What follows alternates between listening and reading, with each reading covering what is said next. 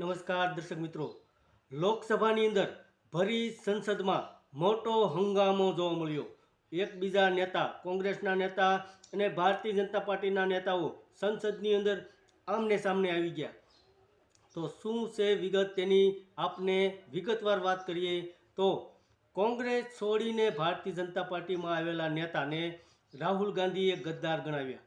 તો કોંગ્રેસ છોડીને ભારતીય જનતા પાર્ટીમાં આવેલા રવનીત બીટુને રાહુલ ગાંધીએ કોંગ્રેસના ગદ્દાર કહ્યા અને ત્યારબાદ રાહુલ ગાંધીએ રવનીત બીટુ સાથે હાથ મેળવવાનો પ્રયાસ કર્યો, પરંતુ રવનીત બીટુએ મનાઈ કરી દીધી અને ત્યારબાદ તેમના વળતા જવાબમાં રવનીત બીટુએ રાહુલ ગાંધીએ દેશના દુશ્મન ગણાવ્યા. તો આ સમગ્ર મુદ્દાને લઈને સંસદની અંદર ભારતીય જનતા પાર્ટી અને કોંગ્રેસ આમને સામને આવી ગયા હતા અને મોટો હંગામો જોવા મળ્યો હતો. ત્યારબાદ વડાપ્રધાન નરેન્દ્ર મોદી પણ ખૂબ જ ગુસ્સામાં જોવા મળ્યા અને તેઓએ કહ્યું કે રાહુલ ગાંધી કોંગ્રેસના શહેજાદાએ એક શીખ નેતાને રવનીત બીટુને ગદ્દાર કહ્યા.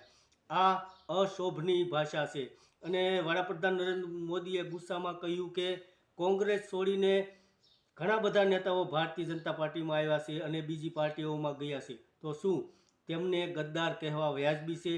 આ રવનીત બીટુને ગદ્દાર કહ્યા તે એક શીખ નેતાનું અપમાન છે અને શીખ સમુદાયનું અપમાન છે. આવી રીતે વડાપ્રધાન નરેન્દ્ર મોદીએ રાહુલ ગાંધીને કડક શબ્દોમાં અને ગુસ્સામાં કહ્યું હતું કે રાહુલ ગાંધીએ પોતાનું સંતુલન ગુમાવી દીધું છે. તો લોકસભાની અંદર રાહુલ ગાંધી આજે બોલ્યા છે તે મુદ્દાને લઈને શું તેમના ઉપર કેસ થઈ શકે છે? રવનીત બીટુ તેમના ઉપર કેસ કરી શકે છે? જો આવું થાય તો રાહુલ ગાંધી ફરીથી જેલમાં જઈ શકે છે. એ પણ એક સમગ્ર મુદ્દો હાલમાં ચર્ચામાં જોવા મળી રહ્યો હતો. ધન્યવાદ દર્શક મિત્રો.